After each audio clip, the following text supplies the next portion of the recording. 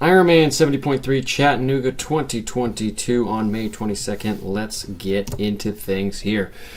So 3 weeks before the race, you're going to need to set up your race specifics, pre-race breakfast. You're going to need to simulate that during your key sessions, your long swims, bikes, runs, bricks, and so you can dial that nutrition so you can get it nailed down for race day.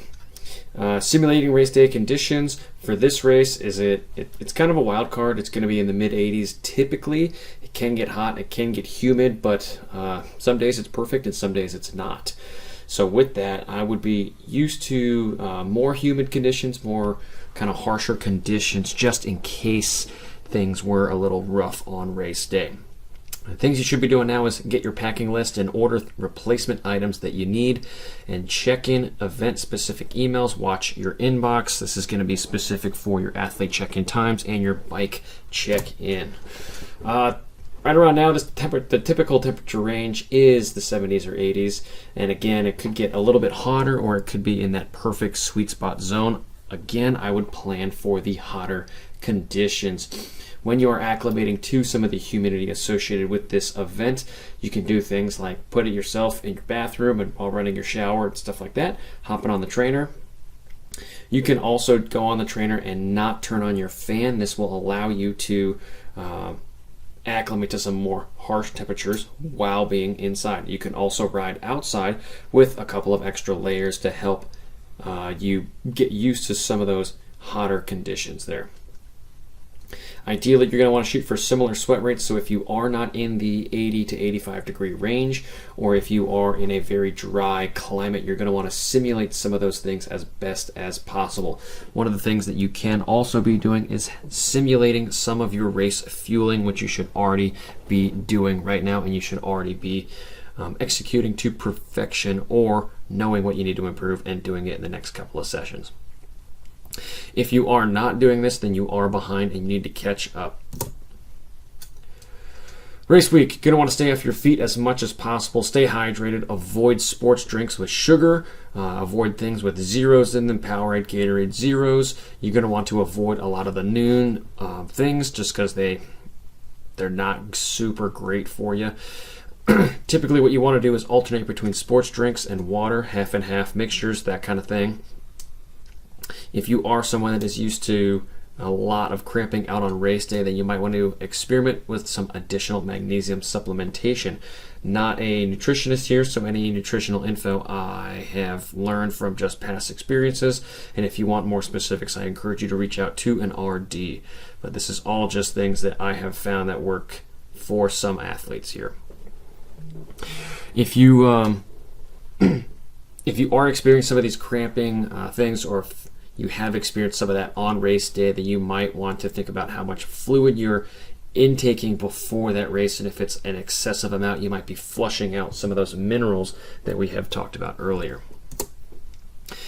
Tons of sleep is self-explanatory. You want to you're going to want to eat normally, with a couple exceptions for this Sunday race. Tuesday should be your fat load to help absorb the carbo load if you are doing this. If you're not doing a small carbo load or a mild carbo load, then ignore this session over here. The fat load should be things like healthy fats, avocados, turkey burgers, cheese, sweet potato fries, and then you're going to want to eat pretty normally until the day before, which is that big breakfast day. I would also encourage you to probably have something on that Friday night that would simulate more of a carbo load as well. That Saturday breakfast is just to kind of top things off there. During race week, before you leave, you're going to want to charge everything that you got. Di2, batteries, what's the other thing that's not Di2? The SRAM Force, that kind of stuff, the batteries over there. ETAP, that's what it is. Stride, data trackers, watches, computers, etc. Make sure all that is charged. Don't want your Di2 dying on you. Friday, some of the key things here are athlete check-in by appointment only, 2 to 7 p.m. on Friday, Ross's Landing. Also, athlete briefings are at 3 and 5. 2 days before, I call this moving day. Make sure you get everything you need done on this day. You want to have everything done 48 hours before, or ideally more. that you can. The more you can do earlier on, the easier it's going to be for those last couple of days. Go to the gear station, go to your equipment check, see if everything's working. If not, then go to that bike tent. If we back up here, it is not listed, but there should be a bike service station if you do need some of your stuff worked on. So that's, the earlier you can get it in, the faster they're going to get it back to you. This is the most important night for sleep, 2 days before, and nothing should be a question after today. You should have all the major things like nutritional choices, apparel choices, what you're going to wear for that day, pacing strategies. You should have all of this figured out before your day. Saturday, you need to wear your timing chip for bike check, and I know athletes who have done that in the past. This is going to be a little bit different, something new they're doing this year just to help streamline and make sure everyone has checked in. There is the Iron Kids stuff in the morning. There is athlete check-in by appointments from 10 to 4. Last day for athlete check-in, and that ends at 4. Mandatory bike check-in is also today from 10:30 to 4:30. You will get a card in your packet when you pick it up associated on which time you are supposed to be there. Now, I haven't seen any athletes get penalized for this, but I have seen athletes check in at times that are not specifically associated with their check-in times. I would just make sure it's close. If you're within 20 or 30 minutes, I wouldn't stress a whole lot. And if something else happens, then it is what it is. Pro Panel will be at 12:30 p.m. with another 2 athlete briefings at 1 and 3, both at Ross's Landing. Day before, this is going to be where you're going to have your big breakfast. Think like large stacks of pancakes, hash browns, eggs. You're going to want to limit the fatty stuff and excessive amounts of caffeine. You usually want to have a large breakfast and feel really full. You don't want to feel overly stuffed here, but you want to know that you had some food. It's typically one of the best breakfasts out on the scene. Throughout the day, you're going to want to taper your food throughout the day. So bigger breakfast, medium lunch, and smaller dinner, things like that. There's a couple examples of what to have up here. Make sure you don't forget to hydrate throughout the day. That's one of the biggest pitfalls of athletes on the day before a race. They forget to to hydrate just because they are constantly grazing throughout the day. It's not listed up here, but make sure that you do have your everything set out for race morning, and you do plan into your daily schedule bike check-in. Check-in, look out for the email from active.com. You're going to want to bring your active QR code. Make sure you're bringing your timing chip, your bibs, your race packets. Bring your ID. Your packet will include your bib, which is one on the run, bike stickers on the bike and helmet, and swim bag or morning clothes bag. Swim cap, checkout ticket. Make sure that if you have a Sherpa or someone else that you give them these checkout tickets. They are invaluable for spectators to pick up your bikes and have it returned back to your hotel. So after the race, you can just finish and just go back to your hotel. One of the benefits of racing with some of your friends who are not doing the event. Morning clothes bag you will also receive, and your timing chip you should receive at the start of the check-in process. Sunday, race day. Transition opens at 4:30, closes at 6:15. Shuttle buses start soon after, and they go to swim start, which is not associated with T1. It is in a different location, and you must get on the shuttle bus, and it is only open to athletes. So once you get on that shuttle bus, you will probably be alone with your fellow athletes. Pro race is scheduled to start at 6:50, and it will. Age groups will start at 7. It is a rolling start, and there will be about 2 to 4 athletes released probably every 3 to 4 seconds, and they'll just roll into the water nice and gracefully. Make sure you organize yourself and figure out where you are, where you want to put yourself for the swim start. And make sure you look at your training peak targets and identify what group or corral you want to be in before that swim start. I have not seen anything about a swim warm-up. I would assume that there is not this year. I know that there is not a swim section available before, so athletes getting there excessively early will not have opportunities to swim in the open water and will be forced to swim in the pools around the area. Backing up here, one last thing. Slot allocation for the World Champs 70.3s will begin immediately following the awards. So keep that in mind for race day. Athlete briefings, just keep in mind that's the last place that they will relay valuable info to you. Swimming beforehand, which we just talked about, is prohibited. Watch out for the locals. They're not always friendly on the roads, so don't hog it if you're out there on the road. Make sure you're sharing the road just like they want you to. Right? Had a lot of athletes go down, or had some scary scenes happen before the race just because sometimes some locals do not want you out there. So just be mindful of that. Morning clothes bag, you're going to place items you want at the finish line into this bag, and you can drop that off at the swim start after you get transported to there. Make sure you put your sticker on your badge so it does not get lost. Bike check-in 10:30 to 4:30 the day before. You must wear your timing chip. This is the third time I've said it, but it's new this year, so make sure you do not forget to do that. Otherwise, you will be scrambling all the way back home, getting your timing chip, and then returning. It is something new this year. You will receive a card that tells you when your check-in slot is when you do check in. Race morning, again, not a nutritionist here, but we've just found that this kind of works for the majority of athletes. If you don't want to do this, you don't have to. This is merely just what has worked for a couple of athletes here. Applesauce. This is the applesauce protocol. You're going to have about 3 hours before your start. If you are the person that gets a little hungry before a race, then you're going to want to shrink this down to 2.5 hours before the start. You're going to want to have things like a banana, protein shake, bottle of sports drink. This is an example of a 165-pound person. I have 2 cups of applesauce, but don't be surprised if you need 2.5 or even closer to 3. Usually you have to go to the bathroom afterwards because it helps move your system. Transportation to the race venue on race morning. You should already have this figured out because you went down your race checklist before the race. How are you getting there?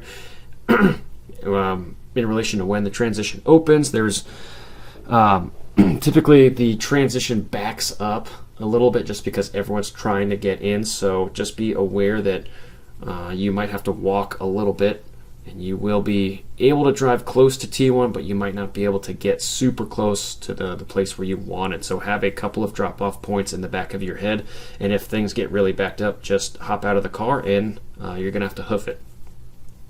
Allow extra time to travel to the venue because you have to also get in a shuttle. So once you do the pre-race, go in the transition area, make sure everything is rocking and rolling, set it up, put nutrition on the bike, all that good stuff, lay out your run and your bike clothes, all that. You're going to want to get on the shuttle and head out, and all of that takes time. So again, it's just something extra that you're going to want to factor into that on race morning. Keep in mind that you're also going to have to possibly wait 5 to 10 minutes to get on the next shuttle. And if you are a person who likes to time things later, you're going to have to wait because there will be a line and not enough buses, but they will come and they will get everyone. So don't panic. Again, transition opens 4:30 to 6:15. There is no body marking here, and 8 stations on the bike every 15 miles about. There's a couple instances where that's a little bit shorter, and 1 to 1.5 miles on the run. You can see the bike info here and the run info here, and if you want to pause the video, now would be the time to do it. Morton gels, just be careful of that. They don't have a lot of stuff in them. So just be aware that if you are using the Morton gels, you might think you're having a lot of calories or sodium and things like that, but you in reality are not. Cutoff times here, I don't envision anyone being around here, but if you want to take a look at this, you can. Swim temperature is 76 to 84 is somewhat typical right now, and that is the wetsuit optional territory for you. Anything below that 76 degrees is wetsuit legal, so you can wear it. If you do wear it in the 76 to 84 degree range, it will be you won't be eligible for awards, so you'll be pushed back to the last part of the corrals, and you will be released after everyone else has already left. Timing chip must be worn on your left ankle at all times. Finally, we get to the course here, and the swim is a downriver swim. You're going to want to avoid, see if I can find my mouse here. There we go. You're going to want to avoid swimming super close to the beach right down here. You want to maintain the kind of closeness to these buoys right here, and that's going to allow you to push off. Again, it will be a fast swim, and it's going to be faster than probably any other race that you have done, and it will be very fast, especially without a wetsuit. Okay, current temperatures right now are in the high 60s, so we are in danger of approaching that wetsuit cutoff limit. So just be aware and follow some of the Facebook pages and keep up to date. I would plan to bring both just in case. You never know. The only turn out on course is this last left-hand turn right here. Interesting to note, this year they have placed this turn buoy on the opposite side of this red line. So I would ask at check-in, if you do have to go around this buoy this year, you might not have to go around that buoy, but typically that is one of the only buoys out on course where you have to go around. So that was one of the questions that I had while reading the athlete guide this year. So ask that when you check in. Last thing to note about this swim is there is an uphill ramp when you get out of the water. Very easy for athletes to, it's not only slippery, but it's easy for athletes to really push themselves up this ramp. Adrenaline's going to be going, and you're going to have to do your best to fight that and just get up the ramp and just saunter over to the transition area. This is not a time where you should be maximizing your speed. Bike, we're going to get into specifics in a minute, but this has about 2,200 feet of climbing. The first, that should be 10-ish miles through the neighborhoods and towns, so keep that in mind. A couple of turns in there. Rolling, pretty much always out on this course. Dismount line at the very end comes up fast. There is a tendency to chomp some of these early rollers and stand a lot. You want to fight that and only stand when you really need to out on this course. You will have to do it a couple of times, and because of the variance on this course, I'm not super worried about you creating the variance yourself. It will come pretty naturally here. This is a course where you do have to carry your speeds, especially on turns and through that rolling section. So what I mean by that is around the turns, if you can avoid slamming on the brakes and then having to stand up on the pedals to regain your speed, that would be very beneficial here. Also, you're going to want to carry your speed from the down to up on those rollers. Use the speed that you have on those downhills to carry you up over the uphills as best you can. If you do not do that, you're going to turn these molehills into mountains, and you don't want to do that. Tension on your chain. This is a course where you're always going to have it rolling on your chain. The athletes that are successful here have constantly put pressure on the pedals throughout their pedal strokes, pretty much for the duration of the time. If you find that you're coasting a lot, again, you're going to make those uphills, which are not terribly big for the most part, you're going to make those uphills a lot bigger and a lot harder than they need to be. So use the course to your benefit, not to your detriment. Possible wind conditions. This is a course that does typically have a little bit of everything. There will be some wind out there. There has been some years where there are some pretty major crosswinds or a headwind coming back into the transition. I would watch the weather. Make sure you plan for this. If this is the case, you're going to want to go into that wind protocol area. It's not going to be overly excessive, or at least it usually isn't. But what it typically does is it forces you to battle all of the way in. And this is an example of a best bike split laid over the terrain, and we have our cheat sheet right here. So you can see here a 250 FTP athlete. These are some of the cheat sheets for them. Two biggest key sections out on this course are probably, I would go number 1 here and number 2 here. This is the big one that everyone's going to be talking about, but there are a couple of other hills at the bottom of the course right there that are going to be very, very painful at times. This section, you can see, is the most consistently high power output out on course. That's why it is one of the biggest keys. It's also going to be coming at the very end of the course. It's also going to be an area where if the wind is at your face, it's going to affect you the most. You're going to lose the most time in these two sections out on course on race day. So if you arrive in these two sections ready to work, or in better terms, maintain some of that power output, then you're going to have a lot of success. If you arrive in these two sections pretty shattered, it's going to be a rough race day for you. And you can see that the variance up here, you're up and down constantly, but what you can also see is these uphill and downhill sections are very sharp, and they are not super long for the most part. So use those downhills to drive some of the uphills. Make sure that you are monitoring your power, and there's only a couple of major sections where, again, this is our line from that 250, right? If you you can see that there is some places where you do go over that, right? Major hill 46, 250, right at that FTP. Extreme hill 260. We're over it, but we're not, say, at 300 watts. Okay, there will be a couple of points where you are up there for a second or two, but if you find that you are routinely going way over that FTP zone, then bad things are going to happen out on race day. Penalties and common things: blue cards, positioning and littering. 3 equal a DQ, but you can continue. Bike lengths have to be 6 apart. If you do enter the draft zone of the athlete in front of you, you have 25 seconds to complete that pass. Failure to do that will result in a blue card and a 5-minute penalty. A blocking penalty is if you...